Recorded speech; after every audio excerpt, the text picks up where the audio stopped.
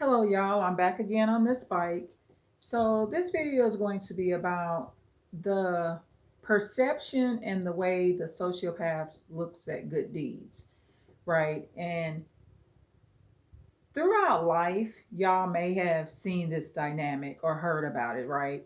It's this they don't love me, okay? No matter what you do, you're always told you don't love me, right? So, good deeds such as buying them homes, taking care of their children while they're on drugs, getting them out of jails, going to court dates when they're incarcerated. And there's a difference between when you do good things for sociopaths and good deeds for empathic people, right? So, throughout the entire dynamic with the sociopath, what you did or what you do is never good enough. So you're always told you don't love them, you love other people more.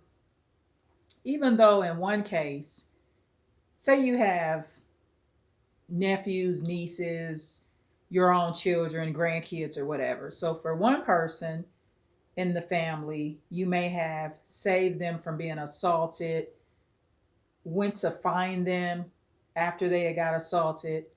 With the other family member, you could have went to their court dates and got them out of jail.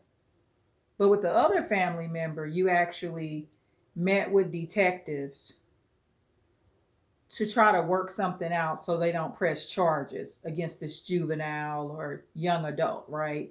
So these are clear circumstances where you've helped all of these people that are family members, right? But the sociopath is irrational. So in the sociopath's mind, you have a favorite. They're unable to see that each person had a different circumstance and you were there for all of them. Okay, you were there, you bailed them out, you were their support. You weren't an enabler. I'm not talking about enabling, just being there to say, hey, give them a chance, calling an ambulance when they've been assaulted, going out and finding them. Like I said, getting people out of jail. And another common denominator, or something that you will notice a lot, there's never I, there's never a I'm sorry. So even if the sociopath has had it broken down to them that there's these different circumstances, their inability to apologize. So that will be distinct too. So that's the total dynamic. The total dynamic with the sociopath is doing a good deed, helping them blaming everything on you, wanting you to take responsibility for their drug addictions, their homelessness, all of their issues. They want you to take responsibility for their choices. And these are their choices, right? And what you got to make sure of, especially when you're raising people, whether they're adopted, your biological children, or other family members, right?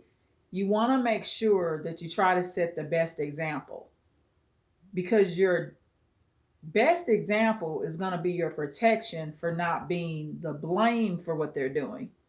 So if this person grows up and they decide they want to be a heroin addict, a cocaine addict, whatever they want to be addicted to, if you set the best example and you were not addicted to those street drugs, they can't blame you for that, right? And that's going to be your protection right there. That's why it's so important to set a good example and not be heavily in the streets and on street drugs, because when these sociopaths grow up, or these psychopaths and narcissists, because a lot of this will be genetic and you just won't have full control over it, you won't be blamed for this. I mean, they'll blame you for it, The narcissist and sociopath and psychopath is gonna blame you for it, right? But it won't work. And you'll stand in your confidence because that's a choice they made. You didn't make them go do that. They did that on their own. So I just wanted to explain that dynamic and how frustrating it will be going through, I mean, sometimes lifetimes, right? You're going through a lifetime of this person never understanding what love is. I mean, I clearly see it.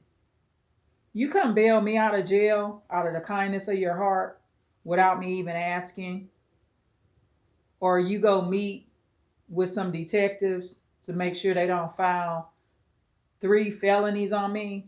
I get that you love me because you're doing that for me. I'm the one that would be in prison. I'm the one that's going to be staying in jail if you don't get me out. I get that you must care, especially if you're doing it and you're not asking for anything in return. I'm not talking about a case where I'm in jail and some man gets me out, right? In this case, because I'm straight. So a man comes and gets me out, but because he got me out of jail, he wants intimacy or sex. I'm not talking about a case like that. I'm talking about somebody just coming to get you from their soul, from their heart. They think you too good of a person to be in a jail. They hear that you in jail, right? They go find a bail bondsman to get you out of this jail. Not in a case where you didn't like killed nobody or nothing. You in there for some speeding tickets, right? You didn't got caught up. So you didn't pay your tickets off or whatever. Or some other kind of misdemeanor. And I could clearly see, hey, this person must care. This is love. But sociopaths won't see it. And that's why a lot of people over time stop helping them, because how long do you help somebody that just can't see love? They can't feel love. And then keep in mind why they saying that ain't love. They ain't doing none of this stuff for people. Half of the time, the stuff that y'all do for sociopaths, they'll never be able to repay that back in society. Let me know who they gonna go bail out of jail.